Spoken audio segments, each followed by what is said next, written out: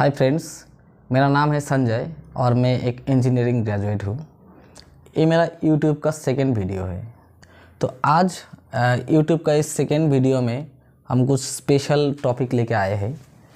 तो ये 2017 का जो आरआरबी सीबीटी 2 का एग्ज़ाम हुआ था, उसका ही क्वेश्चन पेपर जो है उसका ही सॉल्यूशन करेंगे आज। डायरेक्टली जो 2017 का पेपर है उसका ही मैथमेटिक्स का प्रॉब्लम सॉल्यूशन करेंगे और देखेंगे कैसे उन मैथमेटिक्स में हम ट्रिक्स अप्लाई कर सकते हैं। तो एक बात और बोल देते कि मैं देखा कि 2017 में जो पेपर्स आया था वो बहुत ही मॉडरेट एंड इजी बोल सकते हैं, लेकिन आज 2022 है तो ये मान के चलिए कि आज का जो पेपर आएगा तो थोड़ा हार्ड आ सकता है। तो अभी सॉल्व तो करते हैं, तो धीरे धीरे हम बताएंगे कि इसके ज़रिए और भी कैसे हम थोड़ा हार्ड भी क्वेश्चन आ जाएगा तो कैसे हम सॉल्व करेंगे। तो ये आरआरबी 17 जनवरी 2017 का क्वेश्चन पेपर है शिफ्ट 2 का मैथमेटिक्स का, जिसमें पूरा क्वेश्चन देखिए 35 मार्क्स का आएगा आपका आरआरबी सीबीटी 2 में। तो 35 मैथमेटिक्स जो है वो एक वीडियो में नहीं कर पाएंगे, तो इसलिए आज क्या करेंगे 10 जो प्रॉब्लम है वो सॉल्व करेंगे इसी पेपर का, और अगली वीडियो जो मैं डालूंगा उसमें बाकी का जो क्वेश्चन रहेगा वो कवर करूंगा। ऐसे 2 वीडियो में टोटल ये 2017 का जो पेपर है इसको कंप्लीट करूंगा, और उसके बाद आएगा 2017 का नेक्स्ट जितना डेट है वो दूसरा डेट का जो क्वेश्चन पेपर रहेगा उसको सॉल्व करेंगे। और मैं स्पेशली इस बारे में फोकस करना चाहता हूँ कि ज़्यादातर जो आरआरबी सीबीटी 2 में मैं देखा है कि बहुत सारा मेरा फ्रेंड्स भी है जो साइंस बैकग्राउंड से नहीं है, उन लोगों को क्या होता है एपी मतलब arithmetic progression, GP geometric progression, statistics और प्रोबेबिलिटी, ये जो 4 चैप्टर है इसमें थोड़ा दिक्कत आता है। तो मैं चाहता हूँ कि ये जो 4 टॉपिक है अलग अलग वीडियो बना के मैं इसको क्लियर करना चाहता हूँ आप लोगों के साथ, ताकि आप लोग अगर साइंस बैकग्राउंड से नहीं भी है तो अगर एग्ज़ाम में एपी जीपी स्टैटिस्टिक्स और प्रोबेबिलिटी का क्वेश्चन आया तो आप कर सके। तो शुरू करते हैं पहला क्वेश्चन से। फ्रेंड्स, ये पहला क्वेश्चन है आरआरबी एनटीपीसी जो 2017 का क्वेश्चन पेपर है, ये एलजेब्रा से आया है। आप लोग सर्च भी कर सकते हैं आरआरबी एनटीपीसी 17 जनवरी 2017 शिफ्ट सेकेंड शिफ्ट का क्वेश्चन पेपर, आपको ये मिल जाएगा क्वेश्चन। तो चलिए सॉल्व करते हैं, कैसे करते हैं। तो देखिए ये आप गिवन क्या है, P is to Q is to R 1/3 is to 2/3 is to 1/4 and the value of Q is given here 56 and we have to find the value P minus R।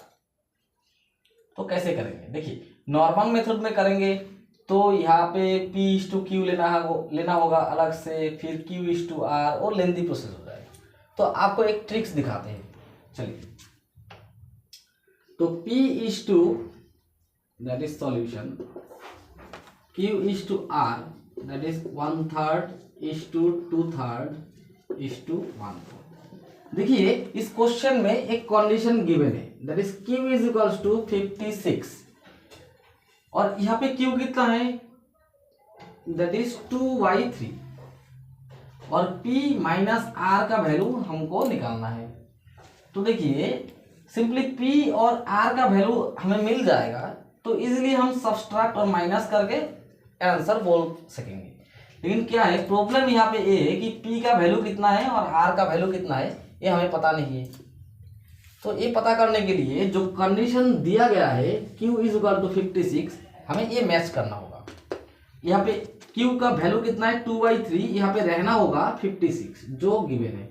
ये हमें थोड़ा ट्रिक्स के साथ करना होगा कि है 2/3 लेकिन इसको बनाना है हमें 56। तो देखिए कैसे करेंगे, दैट इज 1/3 और ये मैं पहले आप थंबनेल देख के समझ गए होंगे कि ये एडवांस मैथमेटिक्स है। तो मैं थोड़ा बहुत समझ रहा हूँ कि आप जो व्यूअर्स है वो थोड़ा मतलब बेसिक लेवल क्रॉस करके आए हैं क्योंकि आरआरबी सीबीटी 2 में जा रहे हैं, ठीक है।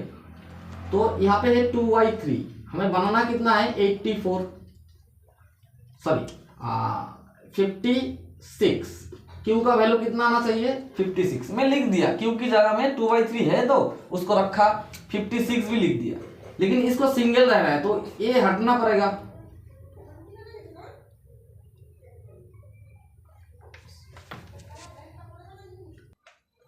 तो यहाँ पे बनाना है 56, इसको अगर सिंगल में थोड़ा देख लेते कैसे करेंगे आप। तो देखिए ये बाकी दो नंबर है, मिडिल में अगर 56 मल्टीप्लाई करेंगे तो नहीं चलेगा, तो इसको भी 56, इसको भी 56। लेकिन हियर इज ए प्रॉब्लम, क्या ये 3 और 56 डिवाइड नहीं हो रहा है, ये और ये भी डिवाइड नहीं हो रहा है, तो दिक्कत ये आ जाएगा एग्जाम में। तो इसको कैसे सॉल्व करेंगे, देखिए अभी ट्रिक्स देखिए। तो हमें 2/3 को बनाना है 56 और इसको कोई ना कोई नंबर से मल्टीप्लाई करना है। तो साइड में हम थोड़ा कैलकुलेशन कर लेंगे। मेरे पास है 2/3, यहाँ पे मिडिल में q का वैल्यू, और q का वैल्यू दिया गया है 56, मतलब 2/3 को बनाना है 56 कोई ना कोई नंबर को मल्टीप्लाई करके, तो into x that is equals to यहाँ पे होना चाहिए 56। तो 2/3 को कौन सी नंबर से मल्टीप्लाई करेंगे ये हमें इस कैलकुलेशन से पता चल जाएगा विद इन 10 सेकेंड में। जस्ट क्रॉस मल्टीप्लिकेशन करिए, x इज इक्वल्स टू, या नीचे 3 है तो 56, नीचे 3 वो मल्टीप्लाई हो जाएगा, और या मल्टीप्लाई है तो डिवाइड हो जाएगा 2, तो that is 28, 3 into 28 that is 84। So the value of x is 84। तो इसका मतलब क्या है, 2/3 को अगर 84 देके मल्टीप्लाई करेंगे तो यहाँ पे बन जाएगा 56, जो q का वैल्यू गिवन है। तो इसी नंबर से हम मल्टीप्लाई करेंगे तीनों को, सिंपल। और जो रेशियो रहता है, रेशियो का नॉर्मल फेनोमेना क्या है, हम कोई भी सेम नंबर से मल्टीप्लाई भी कर सकते हैं और डिवाइड भी कर सकते हैं, ऐड और सब्सट्रैक्ट नहीं कर सकते, मल्टीप्लाई एंड डिवाइड कर सकते, इसमें रेशियो चेंज नहीं होता है। तो पहला है 1/3 into 84 is to 2/3 into 84 is to 1/4 into 84। देखिए जितना आप प्रैक्टिस करेंगे ना, ये तो 10-20 सेकंड में मिल जाएगा और नंबर मल्टीप्लाई करने से आंसर भी आ जाएगा। अभी देखिए कैसे होता है।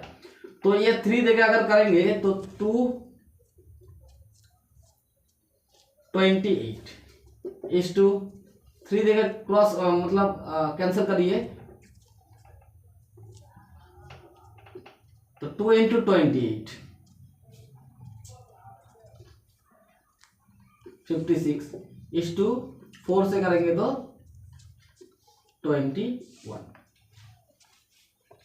ये हमारा आ गया, क्या आ गया, वही P इस टू Q इस टू R, लेकिन इस फॉर्मेशन में Q लेके आया क्योंकि Q का वैल्यू 56 था और इस फॉर्मेशन में 56 नहीं था, तो हमें ले आना था Q का वैल्यू 56। अगर Q का वैल्यू यहाँ पे 56 रहेगा, तो Q का वैल्यू अगर 56 रहेगा तो हम बोल ही सकते हैं कि P का वैल्यू 28 है ऑब्वियसली, एंड R का जो वैल्यू है वो कितना है 21। हमें तीनों का वैल्यू मिल जाएगा, अभी ले सकते हैं क्योंकि Q का वैल्यू कंडीशन के हिसाब से 56 आ गया, P का वैल्यू 28 और R का वैल्यू 21 ले सकते हैं। अब आंसर क्या मांगा है, P minus R, so that is 28 minus 21 that is 7, so that answer will be 7। So overall मैं ये ब्रीफ करना चाह रहा था कि देखिए ऐसा अगर रेशियो रहेगा P is to Q is to R और वो फ्रैक्शन में रहेगा और कोई एक का वैल्यू अगर गिवन रहेगा, तो क्या करेंगे हम कि जिसका वैल्यू गिवन रहेगा यहाँ पे उसी का वैल्यू को उसको ही बनाना है।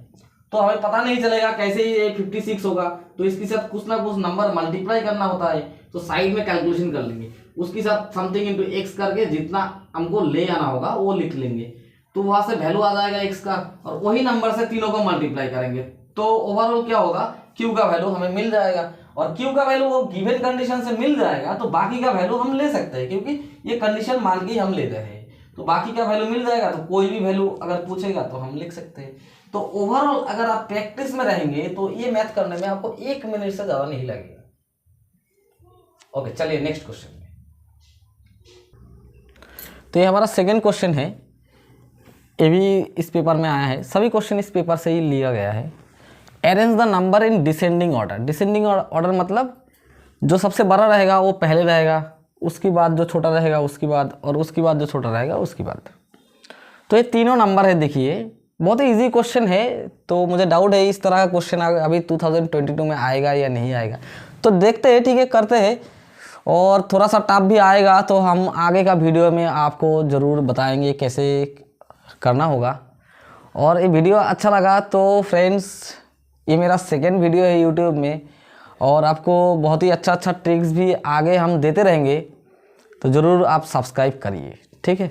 तो चलिए, तो अगर ऐसे रूट ओवर रहेगा 3√5, तो √5 का एग्जैक्ट वैल्यू पॉइंट देके होता है, क्योंकि √4 का वैल्यू हमको पता है 2, √9 का वैल्यू है 3, तो √5 का उसका बीच में होगा।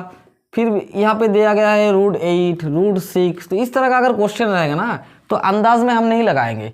क्या करेंगे देखिए, तो एक नॉर्मल एक कॉन्सेप्ट पहले एक कुछ सेकंड के लिए बताते हैं कि अगर आपको पूछा गया कि 3 और 5 इसके बीच में कौन सा बड़ा है कौन सा छोटा है, तो हम तो इजीली बोल पाएंगे कि 5 बड़ा है 3 छोटा है। तो ऐसे ही मान के चलिए कि जो नंबर छोटा है तो उसका स्क्वायर करने से भी, और जो नंबर बड़ा है उसका स्क्वायर करने से जो आएगा वो सेम, मतलब छोटा और बड़ा ही रहेगा। मतलब छोटा नंबर को अगर स्क्वायर करेंगे तो छोटा ही आएगा, बड़ा नंबर को स्क्वायर करेंगे तो बड़ा ही आएगा।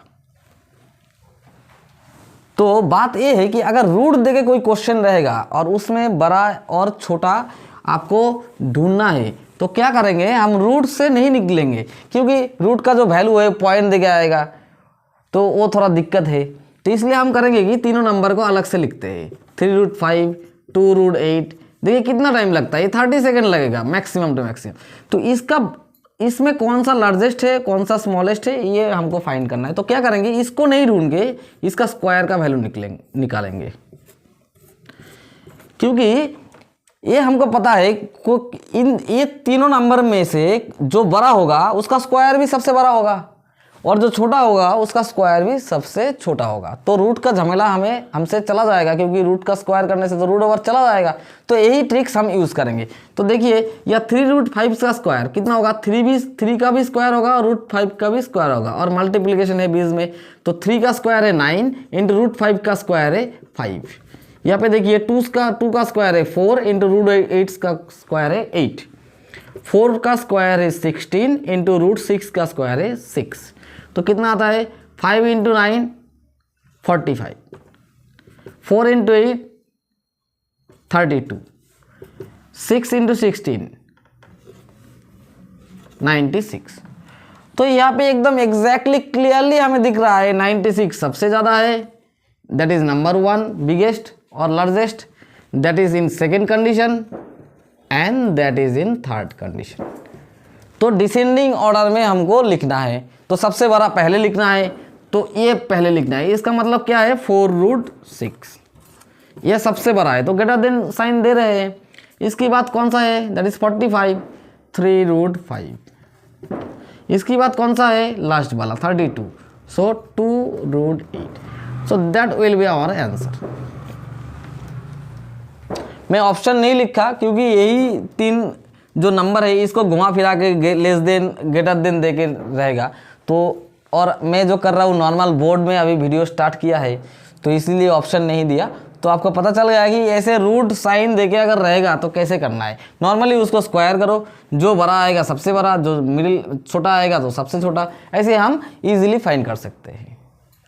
तो चलिए नेक्स्ट क्वेश्चन में जाते हैं।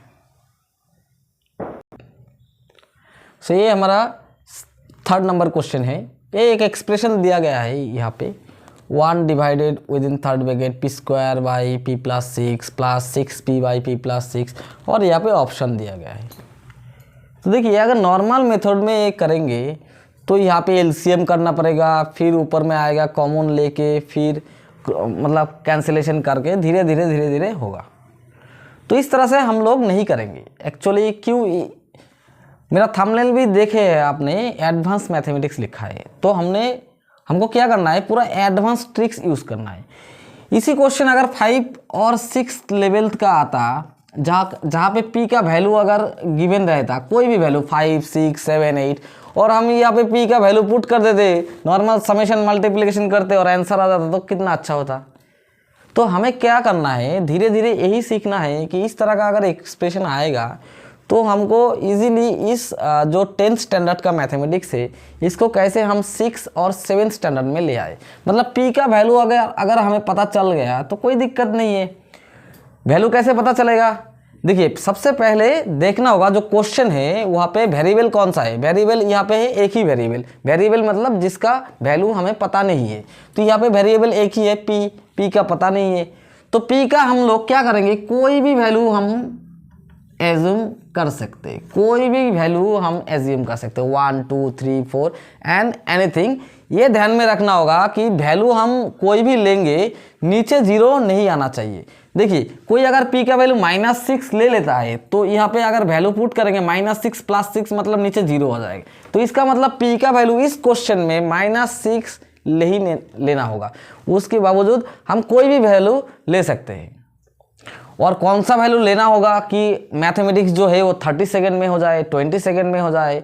तो जितना आप प्रैक्टिस करेंगे और मेरे साथ जुड़े रहेंगे तो आपको धीरे धीरे पता चलता रहेगा कि कौन सा वैल्यू पुट करने से इजी हो जाएगा। देखिए यहाँ पे वैल्यू p का उसी को लेना है कि यहाँ 6 के साथ प्लस भी करना है और ऊपर जो है वो कैंसिलेशन भी हो जाए। तो इसी हिसाब से हमको ये वैल्यू लेना है ताकि जल्दी जल्दी हो जाए। तो यहाँ 6 के साथ प्लस है और p स्क्वायर है, तो मैं यहाँ पे सॉल्यूशन के बावजूद p का वैल्यू 6 पकड़ लेते हैं, एज्यूम कर लेते हैं लेट्स p इज द 6। तो मेरा पहला वीडियो आपने अगर नहीं देखा होगा तो मेरा पहला वीडियो का जो लिंक है वो डिस्क्रिप्शन में मैं दे दूंगा। तो उसमें मैंने एक मैथमेटिक्स में मैं दिखाया था कि अगर हम इस तरह का मैथमेटिक्स में वेरिएबल का वैल्यू ले लेते हैं तो क्वेश्चन में भी पुट करना होता है और आंसर में भी पुट करना होता है। क्वेश्चन में पुट करने के बाद जितना जो वैल्यू आएगा और आंसर में भी अगर सेम वैल्यू आएगा तो वही हमारा आंसर होगा। ये थोड़ा एडवांस ट्रिक्स है, मेरा खुद का है, आप थोड़ा देखिए अच्छा लगेगा आपको।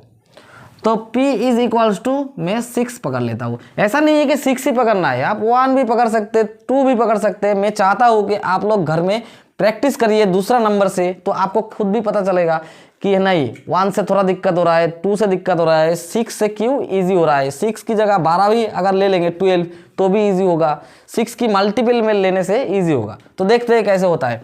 तो लेट्स कंटिन्यू।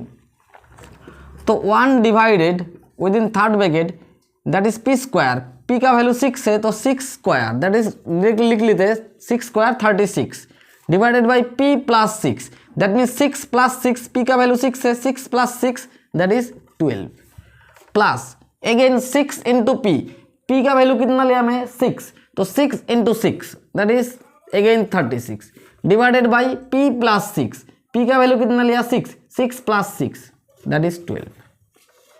तो ये देखिए अभी जो हमारा एक्सप्रेशन आ गया क्वेश्चन के हिसाब से ये 5 और 6 लेवल का मैथमेटिक्स हो गया है। तो हमें धीरे धीरे खुद को ऐसे अपडेट करना होगा कि भले ही क्वेश्चन 12 और 11 और 10th लेवल का आए कि उसको हम कैसे नॉर्मलाइज करके 5 6 7 8 लेवल का ले आए और इजीली हम प्लस माइनस करके आंसर निकल पाए।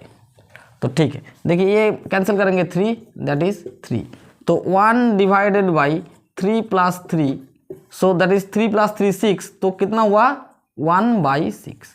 तो हमारा आंसर कितना होना चाहिए, आंसर होना चाहिए 1/6, लेकिन आंसर में भी p c ये देके है answer that is not c, p plus 6 sorry okay. तो क्या करेंगे, जैसे ही हम इस तरह का क्वेश्चन में अगर वेरिएबल का वैल्यू ले लेते हैं तो हमें दो चीज़ करना होगा, एक तो क्वेश्चन में भी पुट करना होता है, आंसर में भी करना होता है। तो ऑप्शन ए क्या है 1/p, ऑप्शन बी क्या है 1/p प्लस 6, ऑप्शन सी क्या है p प्लस 6, ऑप्शन डी क्या है p प्लस 2। तो सभी में p का वैल्यू आप पुट कर दीजिए। 1/p का वैल्यू कितना लिया था क्वेश्चन में, जो लिया था वही आंसर में भी पुट करेंगे 1/6 दैट इज 1/6 प्लस 6, p का वैल्यू कितना 6, 6 plus 6 that is 12, here p plus 6, 6 plus 6 that is 12, here p plus 2, 6 plus 2 that is 8। तो हमारा आंसर कितना आना चाहिए था 1/6। ऑप्शन में पुट करने के बाद देखेंगे 1/6 कहाँ पे है, तो यहाँ पे है, तो दैट इज आवर आंसर। अगर आप इसी क्वेश्चन में p का वैल्यू दूसरा कोई लेते तो ये वैल्यू भी चेंज होता, यहाँ पे भी सेम वैल्यू आ जाता उस वैल्यू को पुट करने से। तो देखिए ये क्वेश्चन करने में ज़्यादा टाइम नहीं लगेगा। एक्चुअली मैं अभी टाइम क्यों दे रहा हूँ आप लोगों को, आप लोग ताकि इजीली समझ पाए। अगर ये प्रोसीड्यूर अगर आप लोग समझ गए एक बार, तो कोई भी एग्जाम में 5 से 6 क्वेश्चन ऐसे आते हैं कि हम लोग ये वेरिएबल का वैल्यू जो है वो पुट करने से इजीली हो जाता है। लेकिन ऐसा नहीं है कि सभी जो अलजेब्रा का क्वेश्चन आएगा हम ऐसे वैल्यू ले लेंगे और हो जाएगा। कुछ कुछ क्वेश्चन ऐसा भी आएगा जहाँ पे हमको नॉर्मल मेथड से भी करना पड़ेगा। लेकिन कुछ कुछ ज़्यादातर क्वेश्चन ऐसा आता है एग्जाम में ताकि हम लोग शॉर्टकट कर सके। तो ये बहुत अच्छा और मॉडर्न एक ट्रिक्स है। तो और भी आगे रहेंगे तो इस तरह का और भी क्वेश्चन करेंगे कि कैसे वेरिएबल को पकड़ के हम आंसर निकाल पाए। तो आप जुड़े रहिए मेरे वीडियो के साथ, और अच्छा लगा तो सब्सक्राइब तो जरूर करिए और लाइक भी करिए। चलिए नेक्स्ट क्वेश्चन में। तो देखिए ये क्वेश्चन भी आया है 2017 में, बहुत ही इजी क्वेश्चन है, फिर भी मैं लिया क्योंकि 2017 का पेपर जो सॉल्व कर रहे हैं इसीलिए मैं लिया। तो देखिए मैं पहले ही थंबनेल में लिखा ये एडवांस मैथमेटिक्स है, तो मैं मान के चल रहा हूँ कि ये नॉर्मल सिंप्लीफिकेशन का एक मैथमेटिक्स है। और आप लोग बदमाश जो एक रूल है फेमस, वो आप लोग जानते हैं, B for bracket, O for of. सबसे पहले हमें डिवीजन करना है, उसके बाद मल्टीप्लिकेशन, उसके बाद एडिशन एंड उसके बाद सब्सट्रैक्शन करना है। सबसे पहले क्या करना है, ब्रैकेट के अंदर काम करना है। सिंपली समझिए, ब्रैकेट के अंदर काम करना है। कौन सा ब्रैकेट, पहले फर्स्ट ब्रैकेट, उसके बाद सेकेंड ब्रैकेट, उसके बाद थर्ड ब्रैकेट। ये तो हो गया ब्रैकेट ऑफ का। फिर ब्रैकेट के अंदर में जहाँ पे डिवीजन रहेगा उसको पहले करना है, उसके बाद मल्टीप्लिकेशन, उसके बाद एडिशन एंड उसके बाद सब्सट्रैक्शन। तो चलिए करते हैं। देखिए यहाँ पे थर्ड ब्रैकेट तो है, तो ब्रैकेट के अंदर फर्स्ट ब्रैकेट भी है, तो फर्स्ट ब्रैकेट को करना है और डिवीजन है। तो नॉर्मली यहाँ पे उतना टफ नहीं है, एकदम नॉर्मल इजी है। तो 169 इंटू 121, डिवीजन को अगर ऐसे डिवाइड कर सकते हैं 11 इंटू 13, ये ब्रैकेट दे देते हैं -3। ये इजीली है एकदम, मैं लिया इसलिए क्योंकि ये 2017 में आया और इसी पेपर सॉल्व कर रहे हैं इसलिए। तो 11 देखिए करेंगे तो कितना होगा, 11 13 इंटू 13, सो 13 इंटू 11। तो 13 इंटू 11 मल्टीप्लाई करें, 13 इंटू 10 होता है 130 and 13 into 1 13, that is 143। So that is our answer.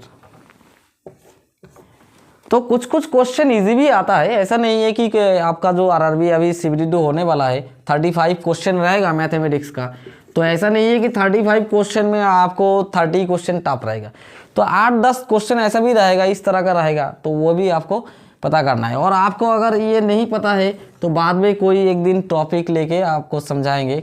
और मैं ये एडवांस क्यों कर रहा हूँ, मैं ये समझ ले रहा हूँ कि आप CBT2 स्टेज में गए तो इसका मतलब ये जो बेसिक चीज़ है वो आपको पता है। तो मैं थोड़ा एडवांस लेवल में और भी ट्रिक्स अच्छा देना चाहता हूँ, तो ये भी करना हो रहा है। ठीक है, तो चलिए नेक्स्ट क्वेश्चन में। तो ये हमारा नेक्स्ट क्वेश्चन त्रिकोणमिति से आया है इसी पेपर में। तो क्या गिवन है, if tan theta is equals to 1/√5 then cosec square theta का वैल्यू कितना है। तो ये एक्चुअली जो मैथमेटिक्स है ये बहुत तरह से किया जा सकता है, 2-3 तरीका है।